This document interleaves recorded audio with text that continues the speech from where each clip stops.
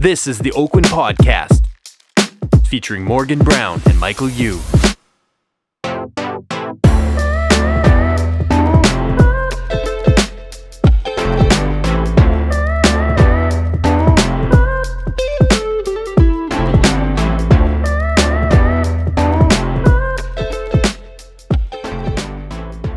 Welcome to the Oakwyn Podcast, our first video podcast. Oh no! Woo-hoo. Woo-hoo! So we're all in our Sunday's best. We're in our tuxedo. Yeah. We're both wearing our Oakwyn swags. We're like wearing good Oakwyn And this swag. is actually like I didn't even plan for this. Oh yeah? Did you? This is You're my, like I did plan for this. This is my most comfortable. I feel shirt. like Mike's always wearing Oakwyn. Yeah, it's good. It's either Batman or Oakwyn. Yeah, it's true. It's true. Keep with the Oakwyn. I like, because I hate shopping so much that I just basically like whatever I get for free I will wear. So I'm just like one of those guys. I'm gonna keep that in mind. I'm gonna buy him a clown costume. I did the Sun Run 10 years ago, and I still wear that T-shirt.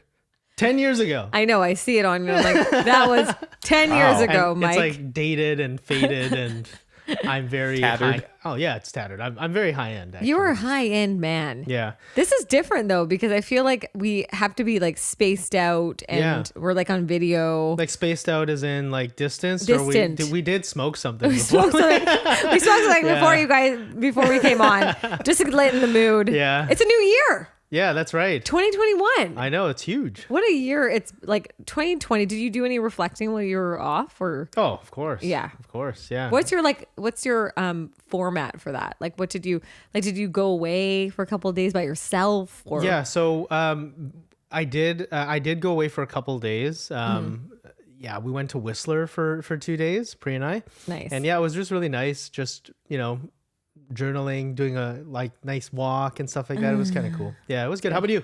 Same thing. We went to Half Moon Bay out in the Sunshine Coast. That's our spot. So we were out there, and I just did a lot of reading and a lot of reflecting and a little writing, which is really nice. Yeah. Yeah, reflection of 2020, and then what like commitments I had for 2021, which is really nice. I like to commit to things, and then because you know me, I'm disciplined. What commitments are you making? I'm committing to eating less meat. Okay. Are you committing to be a better friend this year? Yeah, Because, I'm very selective. yeah. Hint. I know. Yeah, I'm just gonna add that to the list for you. I promise I'll be a Yeah. better friend. Okay, good. Thanks. That's like my big one. And also I'm doing something to feed the soul, like a project that feeds the soul as opposed to like just business. Yeah. That's something different. Anything in mind? I do have something in mind. Yeah, you're writing a lot, right? I'm writing a lot. I'm, trying to be an illuminator. The Illuminati. Illuminati. Doing that. And I mean, it's, we're like the same people in that we don't like to say too much until we start like doing it. Yeah. And that's where I'm like, we're at the beginning. It's like January. I think it's always good to do a brainstorm or do a bit of discovery, do a little bit of reflection from that perspective. But I think we'd be remiss if we didn't talk about just what's kind of happening right now in the States. Terrible. We record this a few days before it just happened, but obviously there was a big riot in Washington. So that was, it is obviously global news. So I thought it would Capitol be a good Hill. thing to kind of talk about and what's kind of happening right now. Obviously, a large contingent of Trump supporters, of kind of fanatical people stormed Congress, and vandalism, violence. There's a lot of videos that are happening right now. So just can't believe it. It's like it feels like almost dystopian out of a movie, right? It does, yeah. I saw a picture of what Trump, like his election day, and then like the riot, and it was like done in black and like white and black, basically, and it was just so sad and depressing that like this is what it's come to. Yeah. I think the problem that I had with the whole, like, number one, I didn't see it until later. I heard from a lot of people because I was working and busy. Where were you did you hear about it like right away? I didn't hear about it right away, Yeah. actually. Like, I try to focus on one thing at a time. So I was kind of stacked up yesterday and I didn't really have time to get away to watch the news or even check my phone too much. So I just, on my family chat, my sisters were just like, oh my God, what's happening? Oh like my the world's gosh. like democracy is being threatened. And it's kind of, it's really, it's just yeah, it's a real kind of wake up call to that something like this could actually happen, that people could storm a government building in the Western world. The Western world. We hear about this kind of stuff in in a lot of other in many like developing countries, and not so much in the developed world, right? And so it's kind of like, it was really and not only that, mind-blowing. like 4 people died. Yeah. 4 people died. That's like people, like that was like the headline I got, which is pretty terrible. And I mean, and not to mention, I think there was like a race call that I think if that was like anyone of color, there would be a whole different amount of with the way that was handled. And I think that was another thing that I read about, that I was really like, people were like, if this was a whole black crowd, there would be a lot more deaths. And there was a lot of like, and that was like the American, that was how they took it. That's how the Americans took it. They just wanted to go right into really there's big problems, not only in They're that. trying to like, they're trying to add like add a to racial it, a racial division to it. I know. I don't, I don't, I'm really I'm very happy we live in Canada, for sure, that we don't live in the States, to kind of, with what's kind of happening there right now. But, the form of protest that violence. the violence, the rioting, the vandalism, like, I think about like Gandhi or Martin Luther King Jr. and these types of people that had these peaceful protests, these ways of changing culture, changing opinions, changing leaders by doing a peaceful protest, where ideas are exchanged, and this type of atmosphere is, I know that that's the right way of doing this, and violence and vandalism and thuggery and not listening and just screaming at the top of your lungs is not, that's not, I don't think a peaceful place to go. Like I always wonder, like, what is the purpose of why they decided to riot? Like, I was like, what is the reason why? Like, what point did they have to make? Because there was a picture of a guy that had 3 holes in like a glass bar right in the Congress like oval, and he had a gun shooting out of it. Like, he was hiding behind it. Oh my God. And all the police had to come in, and and it's just like, what was his point? Like, I mean, did you see the videos of it? I did. Of the people storming? Yeah. I got the sense watching those videos, there was no, they didn't know really what they were doing. They were just kind of like, it's a mob mentality. Yes. It's what happens when people get crazed. Yeah. Yeah. I don't think that there was like an intention or purpose or anything like that. I feel like it was kind of just like, a culmination of a lot of different, and all it takes is one person to charge, and then everybody kind of follows. I was like you. I didn't have time to get to it till like 4:30, 5 o'clock, because like I was stacked too. So, but what I got from it at the end was, the first thing I did was I went to Twitter, and I wanted to see what the president was going to say, right? Because like, I'm like, any clear good leader would say, stop, like, this is way too much. And it took him, it was like 2:30 p.m. that I guess he made his first announcement on Twitter, saying this is kind of what happens if we have a divide. That's how he said it. He was basically like, this is what it's happening. And then around 5 o'clock, he said, okay, he came onto a video and said, we should, honor the people, like our police officers and everything. We don't want violence. And then Twitter froze his account for 12 hours. So Twitter decided to just like close him down. So it was very interesting. If somebody is inciting violence, right, they have to, it's something that you have to be able to have some control. Now, I'm not a big proponent. I believe in no censorship, pretty much no censorship at all, unless it crosses that line of violence toward another human being. But I think that, that if you go back in history, and not to be all howdy about it. You're so wise, Mike. What are you going to say? Who, me? So wise. So, if you know anything about American history, and the founding fathers were like, Benjamin Franklin, these are the brilliant, like huge, brilliant people. Yeah. That kind of created this system, this kind of, and it was meant to be like a shining city on a hill, in a sense of like, an example for the world, for democracy. And And, obviously they're storming because they believe that there was a fraudulent electoral process, which is insane. To believe.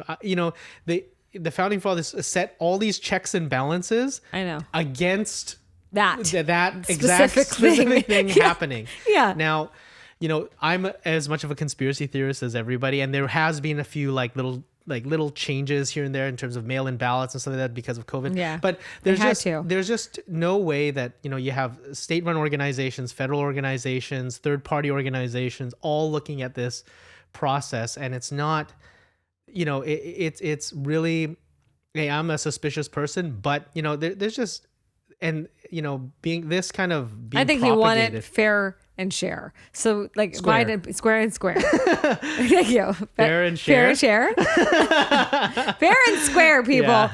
And I think Biden has a lot to do as soon as, and not just Biden, his team. I think his team's going to have to come in there and really reshape everything. I think he's at 100-day lockdown, 100-day of masks. That's what he's planning on doing for the states. Yeah. But I called my friend down there yesterday just to kind of contact him, and I said, "How's it going down there?" He says it's just violent and it's hostile, and everyone, there's no collective, and it's scary. He's just it's scary, and that, in addition to what's happening with COVID, is the worst. He said people are turning people, doctors are turning people away that are in car accidents because there's not enough beds, because there's so many people that have COVID in the States. So yes, as much as I'm thankful to be a part of and to be Canadian, I also have so much heart and sympathy. They are our sisters down there. That's how I think of the States. We're so close to them. We're so highly Wouldn't they be more influenced of by them. A bully older brother, not a sister? Yeah, We that's kind of how be I see the it. Canada We're the would kind of sister. be the sister. When The you beautiful say? sister. Yeah. Yeah. Yeah, you're right. The beautiful Rocky Mountains and Oh my God. I don't go there. yeah. And then yeah, you're right. And they're kind of the hot-headed brother down there for sure. But yeah, I mean, I hope we can we are come tied together. to them, in many cases. Trade, our, everything. trade, they're our number one ally in terms, or number one trade partner. Yeah. Our economy is really attached to them as well. And so, I just, I want to, talk just briefly about, a couple things. One is, when we talk about the riots specifically, is there is a method of changing people's opinions. There's a method that doesn't include violence, vandalism, and, I think it's forms of terrorism, making people fearful and scared. Of course. And we encouraged and not to be all Oakwyn-y, but we encouraged our staff to participate in protests, peaceful protests, when the Black Lives Movement happened. We let we encourage our staff to participate in things During work hours. during go. work hours. Yes. If there's marches, if there's, even the, even the anti-mask campaign that has happening in the, in front of the art gallery in Vancouver. We're all from Vancouver. Yeah. Which is kind of I don't agree with it. However, But it's peaceful. they're not, they're being peaceful. They're not storming in front of people. No. They held signs. They held that signs say that God told them that they're going to listen to God.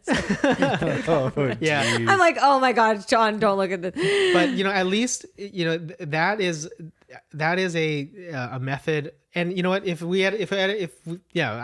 I just believe in that method of protesting, because I do believe in protesting. I think that's a good thing. You should share your opinion. Voice, share your opinion. And I feel like a big lesson is the quality of the leadership, right? So when these, I'm not trying to pin the blame on anyone, but when you have a leader that has this polarizing personality that kind of hyperbolizes a lot of things, and people kind of take that mantle and modality, and I think it's really important to Tough raise guy. really raise up good leaders that have great judgment and wisdom. And I think that we've had I keep on saying this has been a blip for the States, because they've had prior to this, they had an incredible leader. and they've had this kind of up and down swings of their economy, of their whole of their countries, the states, everyone. But I've never seen such a huge impact on like medically, which is like the hardest thing. Seeing people like I was listening to another podcast about this year was really hard for people because they lost people and they couldn't bury them and they couldn't be with them. Yeah. And that is what has happened with COVID in the States, right? But what was really hard to listen to was placing the blame on other countries and other places. And instead of just saying, we got to take action, we need to execute something here. We need to, we need to come together as a group to make sure no one else is going to get hurt. And that's like the hard part about what I saw with Donald Trump is he just was all about, really just like adding flame, like gas to the fire. Sometimes being it's like I didn't do like, I have limited access because I don't have cable. But, yeah. Who has cable anymore? First of all, who has cable? I guess so. I don't know. It's all Netflix. I can look at it and what's that thing called again? The World Wide Web? The internet. Oh, the internet. Yeah, I've heard about that. .com. I've heard of that from that somewhere. www.worldwidenet. Are we on Netscape Navigator in this? Do you remember Napster? Yeah, I remember Napster. Why do you know about Napster? Are you a pirate? I used to be a big pirate. I sailing the high seas of the internet. Yeah. That was like when it was acceptable. It's not It was never acceptable. It was. You shouldn't admit your crimes. Yeah. It was like our black box. Remember the black boxes that we used to have? You guys remember the card that people used to stick into their satellite? Yeah. Oh, really? I don't know any of this. It was stuff. like fake. It was like you could. My friend's dad had one. He just had a satellite dish, and you could just put this card in, and then you just didn't have to pay for your satellite. And like everybody would go over to their house to watch all the good movies because they had everything. They had everything. Oh, really? They had like 300 channels. My dad and my Uncle Frank. Oh my God, my Uncle Frank and him were just always about these black boxes, and they'd have to renew them.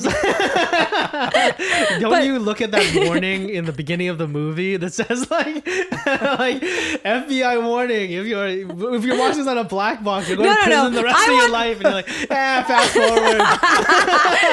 I just wanted free WWE. Okay, I was like, yes. Oh yeah. I used to be like want to watch like WrestleMania so bad. Oh, me too. I was so into it. Basically, I'd have to wait like for the fall. Like it would be on a Saturday, and then you have to wait till the Monday. You should have been over at my house watching from the black box. But then I wouldn't be pure. The black box thing. That's funny. Napster, but it was never acceptable. You're right. She was just kidding, guys. I'm just joking.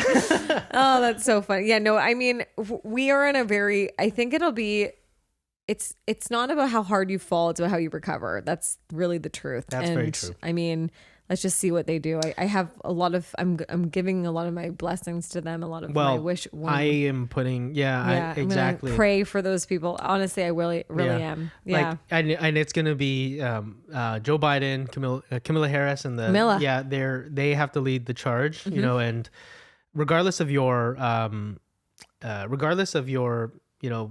political beliefs and your opinions politically, if our neighbors it's our neighbor. So we want the best for our neighbor. We want the best leadership for them. We want the best, available, restore order, restore order, and really have that steady hand. And, we just gotta cross our fingers that that's going to happen, that, we're not going to kind of continue to pronounce this division with our neighbors and with the people that are in our communities. And we have to set the example ourselves, of course. But I think, it really makes me kind of think even deeper about the importance of a really strong leader in making sure that that people kind of follow an example, right? And if the example is if that's the example, that's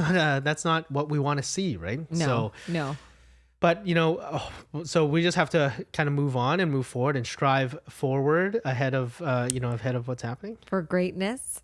I mean, what was I going to say? What was the most like proud, like, because Canadians, we have pride. Like, we're not the same American, like, we are the best. Right. But like, what was We're the reserved. what was the most proud you were of our country ever? So when passing. It's just something like hit me like a Yeah, lightning bolt. I watched something when I was in grade 3, like one of those like TV, like, not a TV, like the teacher just turns on the TV and then it's like the sub kind of comes in and it has like nothing to do. So they just turn on the TV and like play a movie. The sub, for the everyone. sub. So like some sub comes in and I'm like, oh yeah, I get to change my name. Like, who do you want to be? Like, Frank, you're Mike. Mike, I'm Frank now. And you're like, chaos. So bad. first of all, You're so bad. What does this have to do with you being having Canadian? So we watched a movie about Terry Fox. Oh my God, that's my pride. That's so crazy. Really? Okay, keep on going. You tell me. And we first. watched a movie about Terry Fox and what he overcame running, running across Canada. And he didn't. I wish I don't have my Google in front of me, but I don't think he made it across Canada in his journey. No. But No, it was like, that's what I'm talking about when we talk about heroic displays for awareness and for a good cause and something that he believed in. What a great, like, what a like magical, like, and that made me feel so like that is like the epitome of like the Canadian spirit of like somebody that is in the face of challenges, physical, mental challenges, emotional challenges, and he continues to run, and this is his like his legacy. And wow, what a story. I mean, he was. I have the exact same. That's so funny because I think I was in grade 4, like same thing, really young. And we used to have gym class and my gym instructor's name was Mr. Baldwin, Baldwin. And he, like, we would do like runs around like another park around here because I'm very close to my elementary Was he one school. of the lesser known Baldwin brothers? He was. Okay. But he was like very, what was so impactful with Terry Fox is he just had so much resilience. He had so much to give, and he wanted to give more to something greater than him. You know what I mean? Yeah. Like, I was like, ugh. His demeanor was so humble as well. So humble. He wasn't like, I'm the best. Look at me. I lost a leg and here I am, like running across Canada for all of your awareness and for your fun. Like, he's not acting that way. He was humble. He was subdued. He had a very clear message. He was determined. And he inspired. Like, so Mr. Baldwin, that was like a very big time every year for Mr. Baldwin. And I remember he was one of my favorite teachers in elementary school. And, Mr. Baldwin passed away from cancer. And I knew his sons, and he went to VC with my sister and blah, blah, blah. And he inspired him, which is, it's kind of like a weird, I don't know how to explain it. Like, passing of the torch of him to teach it to us. And it was a very, there was like moments there that I was just very, very proud of our country. I was proud of how they all came together and they ran next to him, and how proud people were to be associated with something like that. That, and also the Olympics, the Canadian Stanley Cup, or was the Stanley Cup? No, it was the Olympic. Oh yeah, the Olympic gold medal. Yeah. I think I've never seen so many people cry. That was a pretty proud moment for sure. It was like crazy. Everyone was crying, and I think it was a point where every week people would come together, and it was like, oh, there was so much unity with each other, and that was I've never seen anything like that in Canada. I was very proud. Yeah, there was a lot of, I remember people walking around with flags and honking, and it was it's just nice to see. And I feel like I obviously we're not perfect here in Canada, specifically in Vancouver where we're from. We've had our riots and stuff like that here too, and it's just unacceptable. And we've talked about it a couple times on the podcast, just like the state of some neighborhoods that we have here in the city, like which is which we're all, the three of us are very passionate about.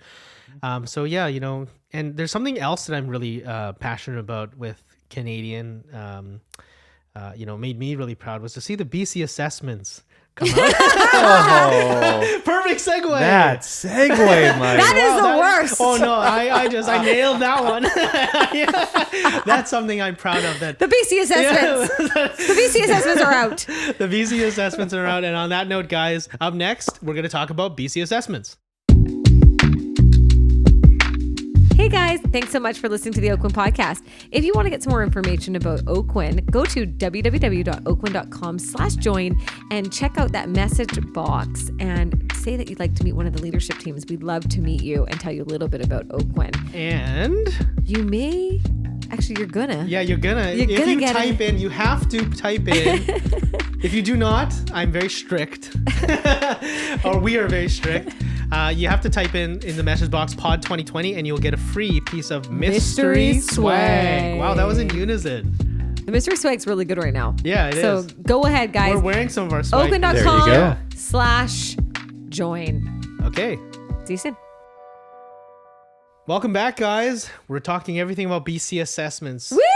And I Sexy. Da, da, da, da, Wow, the BC, yeah. British Columbia assessments. it is when I think of BC assessments, I think of lingerie. I think of What is the first thing that you think of right when you think of BC because assessments? I'm gonna so a lot of realtors have like they have their nose up in the air about BC assessments. You'll find you're like, BC assessments is not a good way of like valuing property, and they make it like this big. That's like, exactly what I think. Yeah, I know you do. I'm like, that's just. Yeah. But there is some areas that do. I think I mean, it because depends. Okay, Like, so hey guys, here, listen up here, okay? So Okay. I used to think the same thing, okay? I used to think exactly the same thing about the BC assessment. I used to think, I never even look at it. Like, it's for, like, why No, are you even of course, bothering? you like, listen. you look at comparables, you look at recent sales, you look at active you have to look at listings. assessments. You have to. So the Yes. reason why it's important to understand assessments, and also it's important to understand how it kind of works, is because our clients, the sellers out there, they care about it. They look at it. It more important to them than anything. Yeah, it's very important to them. Yes. And that's almost how a lot of the times how they feel like they've won or lost in a real estate transaction is if they got it above or below an assessment value, or a certain percentage above of an assessment value, or a certain percentage below. It feels like, there's this weird thing that people have in their. No, but they always ask you, past sales. Okay, how close is that to the assessment value? Yeah, and they compare it. It's contrast. And if you're going to argue Yes. with your client about that, Not gonna. it's not a good situation. I feel like a lot of people do that kind of weird argument. Like, Really? and- yeah, totally. I mean, I think a lot of people. There's many different ways of figuring what your client's properties are worth, but the assessment is just there to be a guide for your clients to kind of say it's gone up or it's gone down. So and why? Okay, so let's talk about let's what define, the assessment. let's define what a BC assessment exactly. is. Okay, so the BC assessment is basically what the government uses to provincial government uses to decide on property taxes and how much that's going to be used proportionate, how much is going to be billed proportionately to each. To each homeowner. So that's kind of the reason, and how it's formulated is based on recent sales done, I believe, July 1st of the previous So 6 year. months. So there's a 6-month lag. So it's data from over 6 months ago. So obviously lots of things change in 6 months. In real estate, and we've all been a part of different types of Especially during ups this and year. downs. Yeah. So lots of things have changed over the last 6 months. So that being said, that's basically the definition of BC assessment. Anything you want to add to that definition? I mean, the definition is, BC exactly what it is. It's also what they're basing your tax of the year to the homeowner. So that's a huge part of it. Yeah. Like, so if your taxes if your assessment goes up, that's the utility of it. Yeah. So I think for a lot of people, you can go and argue that your assessment is too low or too high. Yeah, you can appeal it. You can appeal it, and there is lots of resources for people to do if they'd like to on the bcassessment.com website. But a lot of people don't want to because they don't want to be taxed higher. Yeah. So they just keep it low as long as they can. Right. Yeah. And a lot of people that when it goes up and they know that they're going to be there, like Braden said, mine went up 12%, some people are just like, oh God, it's more tax on us. I wish Yeah. it was still at where it was, but it isn't a huge amount if you kind of, I feel like when people talk about that, and not to sell out Braden here, but it's like, hey, what grade did you get on that test? If you got an A, but you wouldn't ask that if it was like, mine went down 12%.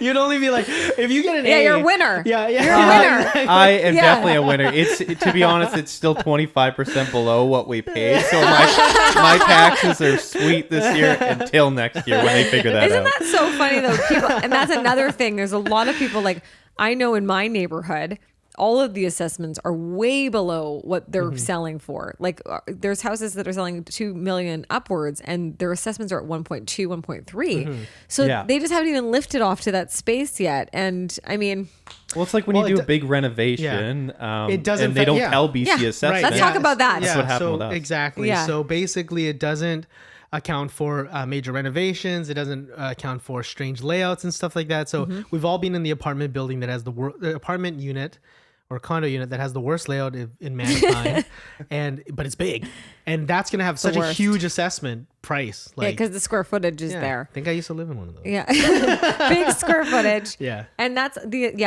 a very hard thing to fight too. I think you're right. But I think a lot of homeowners, what they want to hear is, this is your assessment. It's gone up. It's changed. It's, they're happy if it goes up, especially homeowners in general. Yeah. So what we want to do as real estate professionals out there is, is really understand that this is a really great topic starter of a conversation. It was my first topic this whole year to every one of my clients. Like, I wish we could do a ding. I'll put one in. Ding. First thing to talk to your client about in January is your assessments. And I actually put it on my social media. I said, hey, just so you guys know, assessments are out. Yeah. And all of a sudden I got bing, bing, bing, bing, bing. And people were just saying, I can't believe it's gone down. I can't believe it's gone up. But it's a great conversation starter. So what we're looking to do, guys, is as realtors, as real estate professionals, we're looking to offer valuable information and obviously have a reason to call, right? And a reason. We talked about this in previous podcasts, but this is what we call a call to information. So it's a great opportunity to be able to reach out to your past clientele who are homeowners and have a topic of conversation to kind of get the ball rolling for the year. Do you call them, or do you do you still reach out, or do you have people in your team that reach out? Like, what do you do? So I do reach out. So we have, obviously a database with a customer list and basically, a past client list. And we'll look through. So what I do is I look through, I'll just tell you my little secret. Spill it all. Ding. So I don't have, I used to call everybody. I used to call every single one in my past client list. But, For Michael Uy. I don't want to be, anyways. Time. Yeah. So now I basically break it down into, so I look through the database and we send an email to everybody, or we send a newsletter, an email to everyone to talk a little bit about their tax assessment and their property taxes that are due for most people on February the 2nd to remind them and so on. So that's a call to information. And basically I'll just look through the database, and by looking through the names, I'll understand how long they've been in the residence. Maybe it's something that they're looking to make, they might want to make a real estate decision. So obviously if somebody, then I will call them and I'll say, just want to let you know that property taxes are due. Everybody. So it's just an efficiency tip. I used to call each client. And I think people should do that. Yeah. I think if I was, just starting, I don't even think of it. I think it's 3-5 years. Even I think if you did that every single year, it's going to be good. Now I'm just being open with you about my own process, but if I was to not, what do they say? Don't do as I do as I say. That's don't terrible. do it. Yeah, that's it. There's there's a old, it's not a nursery. That's what you rhyme. tell your kids. Yeah, right? exactly. Don't do as I do what I say. But I think that's that would be a good practice. But it's specifically important because it's the time of the year, right? It's the time of the year. So we're just entering in BC and in Vancouver where we are. There's a very low supply of properties right now. Super low. And kind of traditional listing seasons are late winter, early spring, March, April. You want to start that conversation about, and BC Assessments is typically for home sellers, obviously, right? So they're focused on listings. So this is a really crucial time for us to be able to, introduce the ideas of real estate possibly happening, some form of transactions happening within your database and sphere of influence. So if you're in the business, you're a professional real estate agent, like it's something to have a conversation starter. So, obviously you don't call and like, yeah, list my place tomorrow. Like it takes some, I think it's just like a light for us. It's like, or for me, it's always just like a light break of the ice. Like, it's like, hey, Ingrid, I haven't spoken to you in a while. How's your assessment doing? You have a client named Ingrid? Yeah.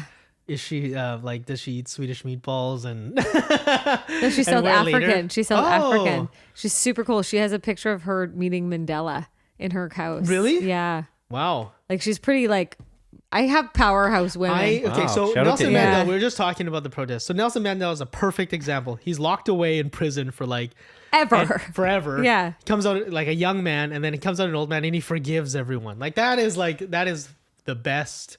Like kind of, I think I've been example watching of The leadership. Queen lately. Have you Yeah. guys been watching The Queen? Have you guys? No. Not yet. It's on the list. She Is this was about, a huge Freddie part of Mercury, or- the sanction of him, Mandela coming out and becoming. So, I mean, I'm just trying to say the Queen, like, I'm really proud to be a part of the Commonwealth now because I never understood it. I actually never really understood us in the Commonwealth. I had no idea what it is. Yeah, if you go into the dark web and you learn about the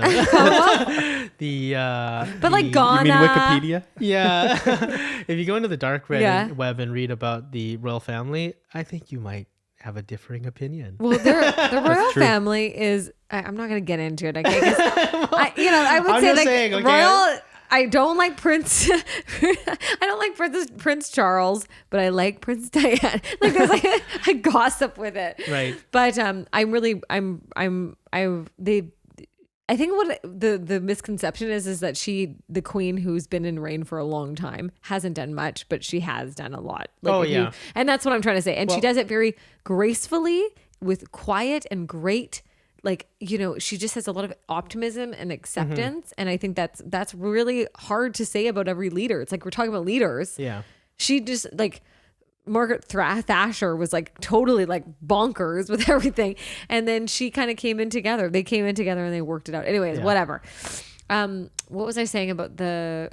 Would you like have, okay, because I think that would be the worst thing to be a prince or to be like, because you're they're born- trapped. They're trapped. Like, I feel so Did sorry you watch? for Do you like, watch The Crown? It's so no, I haven't watched sad. it. Is it? I feel like you like you they're grow up sad. in a like it's almost like, I don't want to say it in this way. It's It's a almost duty. like growing up like being born in a zoo. Like That's Right. exactly you're just what, an animal. Like you want to be a human and play ball with your friends. You can't do that. and that's what the Queen Right. is all about, actually, because her dad was second, and the other first king left because he wanted to marry a divorcee, and so she wasn't even supposed to be in the line at all, like because it was Right. brothers, the King George and whatever. Even if you're like a duke or a duchess or something like that, like that's gotta be hard. crappy. Like Yeah, I just yeah, can't yeah. imagine like I mean, it's not for everyone, but for some people, because I went down the wormhole on the World Wide Web, like Prince Charles, like I think Prince William, he sees it in a different way, that it's a duty for him, and he would want to make change, and he's a more millennial, like he's Prince younger William. Prince William, so Prince Charles hopefully just doesn't take it and passes it to Prince William, because Right. those guys, but like I used to like, did you ever, I don't know, maybe it was a generational thing, but like, I used to read a lot of Mad magazine. Did Yeah, you Mad, Yeah. yeah. Like Yeah. I loved Mad magazine so much. And they always used to make fun of like Prince Prince Charles Charles. looks like Alfred E. Newton. Newman. yes. Like he looks exactly the same. Like from the, yeah. I think of them as like Monty Python Oh, yeah? characters, but like, yeah, that whole group of the king and the queen and everything.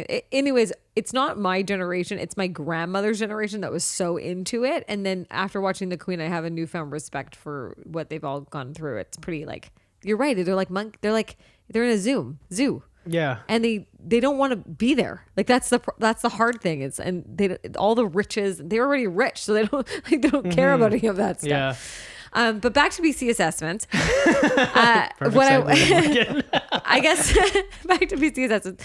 The biggest thing, we talked about Ingrid and Mandel, but I would say BC assessments, the best thing that you can do for your clients is kind of 3 big tips. Is 1, go down your list of clients that you have, and even like friends, family, people that you know, top of mind, and pull it up and just say, hey, just want to like give you a friendly reminder. If you haven't seen your assessment, here it is. I think that's number 1. That's a big one that I think a lot of people, like, even I just asked you before, guys, did you look at your assessment? You're like, I haven't seen it yet. Some people just don't even see it.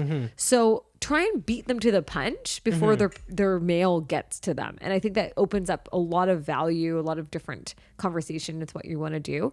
The second is ask them what their goals are for 2021. So now you've kind of gone ahead and said to them, okay, now here's the assessment. Your property has gone up. Are you guys thinking about moving this year? Are you guys thinking of staying? What's your plans? Like, is there any exciting news? That's a great way of just kind of breaking it up. Yeah. And then my third kind of tip to people when you're talking about assessments is telling them like, hey, are you happy with the assessment? If you would like to go appeal it, go and hear the ways, the steps to do it, adding that value to them as well. Yeah. So that's my 3 Those tips. are good 3 hot takes and hot tips. Hot and I tips. think, so this is obviously it just sparks that conversation for people to start thinking about their, what potentially they might need in their real estate. So, I feel like, specifically in this time, early in the new year, the state of the real estate market right now. So having this initial conversation with a client that you may have worked with 1 year ago, 2 years ago, 3 years ago, 5 years ago, 10 years ago or more, you can offer a lot of really solid advice, and it's a really great conversation starter. So for example, let's hypothetically say you had a client that you sold that property to 5 years ago. Do you know what your assessment value was, or what value we bought that property for? So they can understand, my gosh, like I've gained a lot of equity in my home.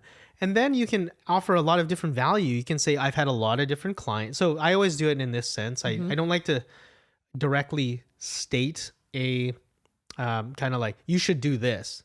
Yeah. You should never do that. You should never do that with a client. You don't direct, yeah. You should always say something along the lines of, well, we have a client, and we do have a client, many clients that actually pull equity from their residences to be able to invest in properties because the interest rates are at an all-time low. In many cases, I've seen them in the mid 1%, less than 2% in many cases, and that's kind of like all-time lows.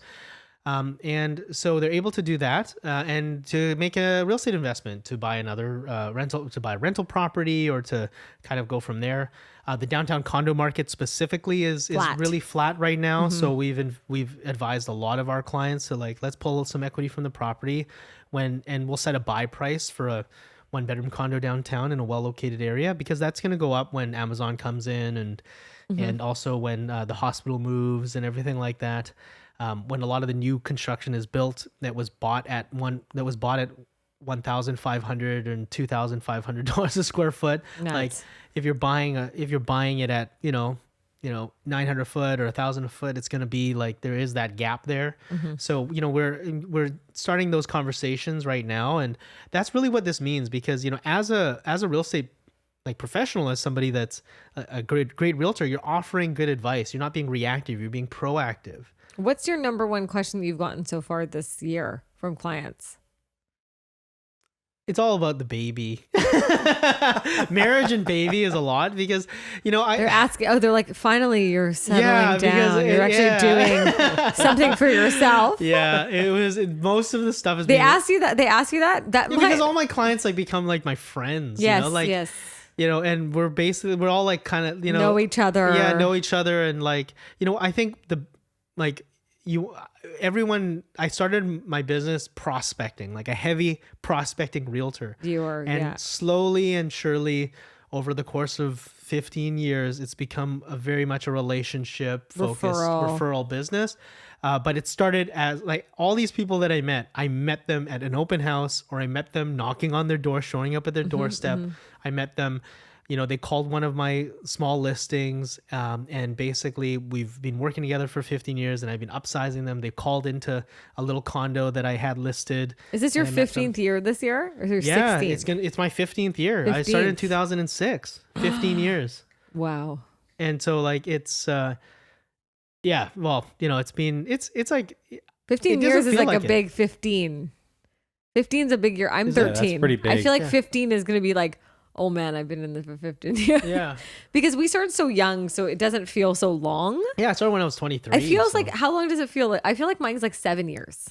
What do you mean? I feel like I've been in the industry for like 7 years. No, so that's like your mental age versus Mental your physical age. age. Yeah. So your mental age is 7. 7 years. I feel like I've Okay, what do you think your physical age is? What are you, 40, 42? yeah. No, Oh, I feel like he's out to get murdered today, people. I know somebody who's not getting an anniversary gift. It's 15-year anniversary. 15-year Yeah, anniversary. 'cause No you- one's getting you a 15-year anniversary Oh, gift. by the way, do you know what the 15-year anniversary gift is? The traditional one? Crystal.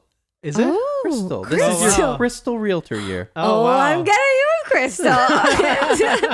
Is that right? The sweet spirits are speaking to me. How old do you feel like? I feel like I'm 34. Yeah. And I feel like I'm 31. 31. Yeah. That's oddly specific. Really? That's how you? I would have Because- thought you would feel younger No, than that. I'm not dumb.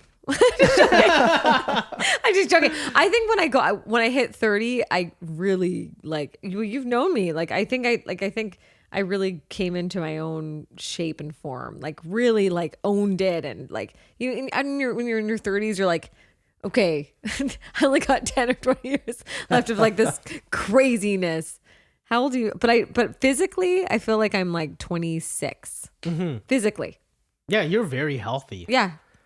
I'm like If very. you go out to eat with Morgan, she like is one of the like she's actually you eat, but you don't eat big portions. You eat No.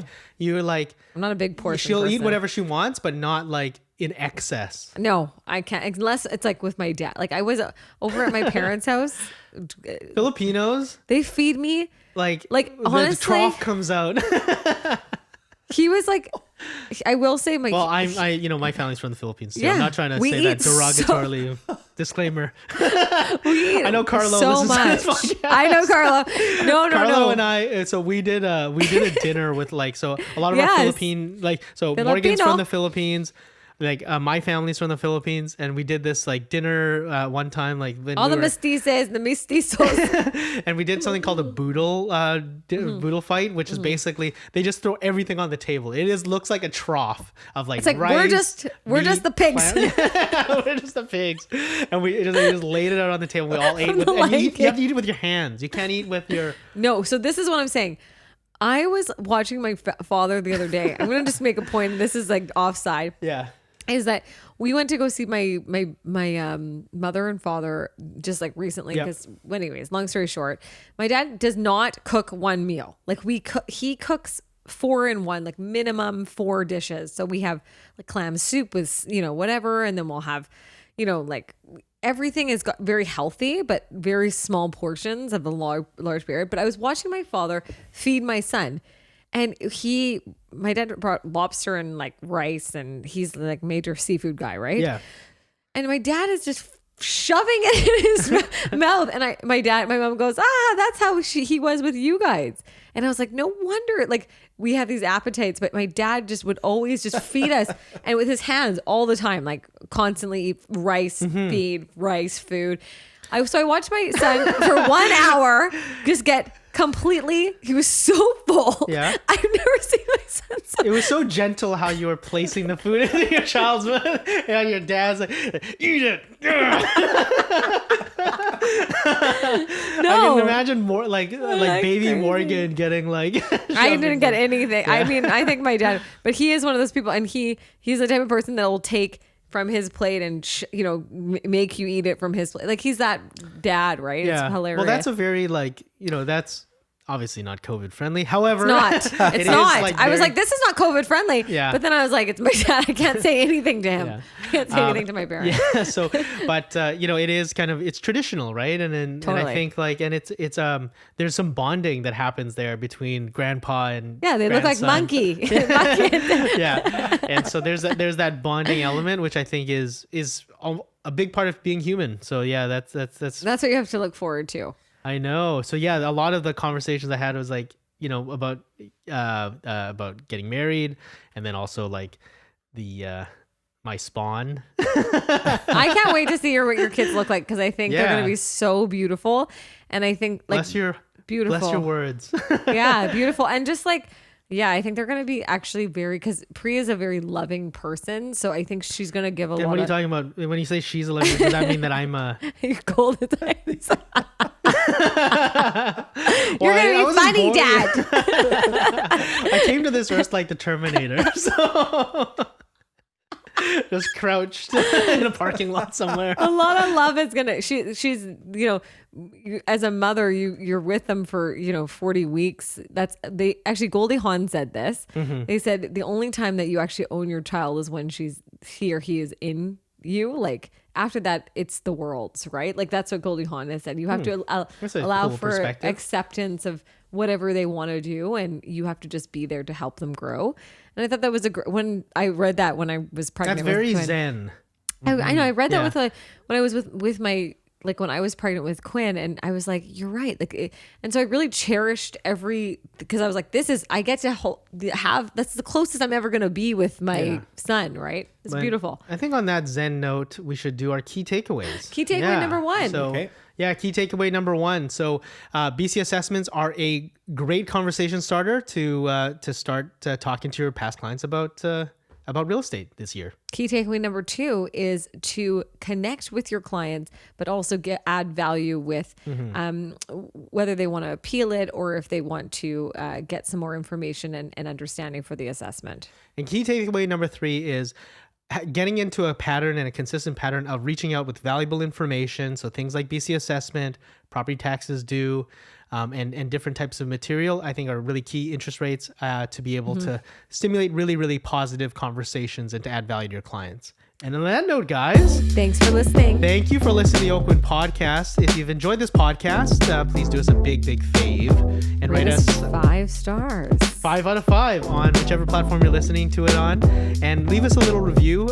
We need those reviews because written reviews, because we have low self-esteem. And also, if you really would like to connect with us on DM on social media, let us know what you want to hear, what you want us to talk about. Yeah. We love to get that input. Right, and if you are interested in Oakwyn, you're an agent out there that's not with the squad, go to oakwyn.com/join, and in the message box put in pod 2020, and you will get a free mystery swag. Thanks, Okay, guys, see you guys. later. Take care.